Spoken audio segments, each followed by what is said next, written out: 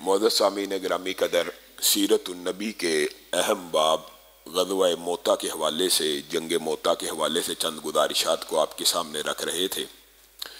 ग़ज़वा मोता के अंदर जहाँ पर जंग जारी थी, वहीं पर रसूलुल्लाह सल्लल्लाहु अलैहि वसल्लम मदीना में बैठकर मोजज़े के तौर के ऊपर जंग के अहवाल अपने सहाबा के सामने रखते चले जा रहे थे। जो जो वाक़या जंग मोता में पेश आता, रसूलुल्लाह सल्लल्लाहु अलैहि वसल्लम मदीना में उसको मिनवान वैसे ही बयान कर देते।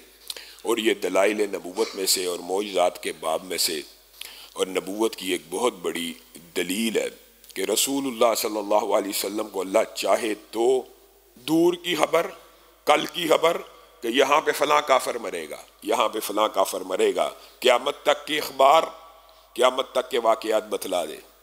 और अगर ना चाहे तो पास ऊंट के नीचे पड़ा हुआ हार पता ना लगे, और अगर ना चाहे तो बिस्तर के नीचे कोई चीज़ अगर छुपी हुई हो उसका पता ना चले, और अगर ना चाहे तो जूती के ऊपर अगर कोई चीज़ लगी या उसका भी इल्म ना हो। अल्लाह की अता है, ये नबूवत के दलाइल में से है।